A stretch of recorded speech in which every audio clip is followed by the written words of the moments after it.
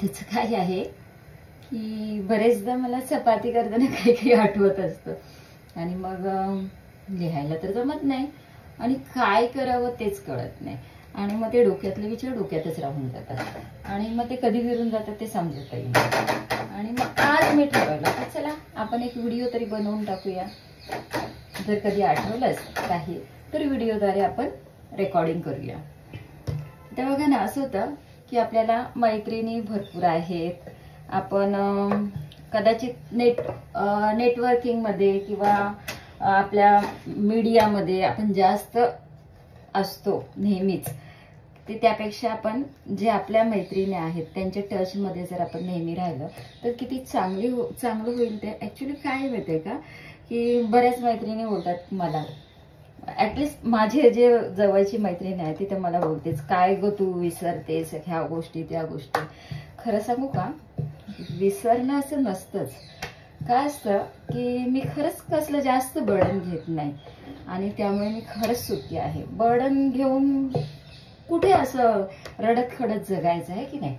मग मी काय करते, ठीक आहे एखादी गोष्ट राहिली आपण त्या मुद्दाम ती विसरत नाही किंवा ते असंही नसतं की स्मृतिभ्रंश वगैरे झालाय, पण ती थोडीशी बाजूला पडते. ती कायमची अशी स्मरणात असतेच, असं काही हे नाही की माझ्या स्मरणातून निघून गेले. मग अशा वेळी मैत्रिणी काय कामाच्या, त्या आहेत की आपल्या गुगल सारख्या मदतीला. मग ते आपल्याला आठवण करून देतात.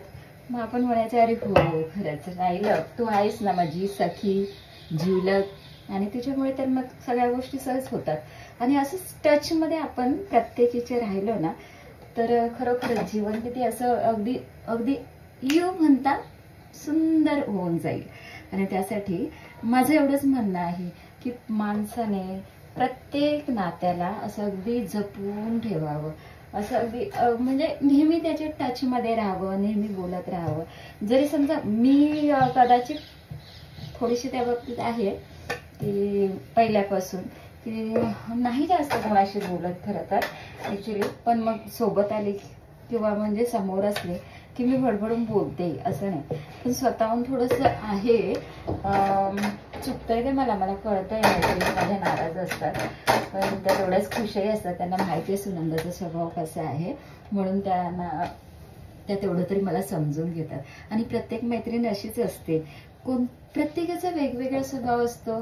कोणी अबोल असते, कोणी बोलकी असते, कोणी थोडीशी शांत असते, कोणी स्वतःच्या विश्वात असते.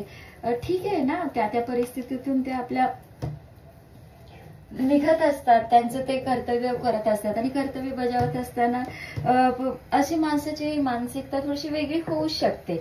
पण मग मैत्रिणीच आहेत, त्याच समजून घेतात ना.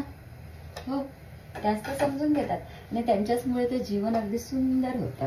आणि अशा सर्व ज्या मैत्रिणी आहेत माझ्या, ज्यांच्यामुळे माझं जीवन सुंदर आहे, त्या सर्व मैत्रिणींना खरोखरच मनापासून धन्यवाद.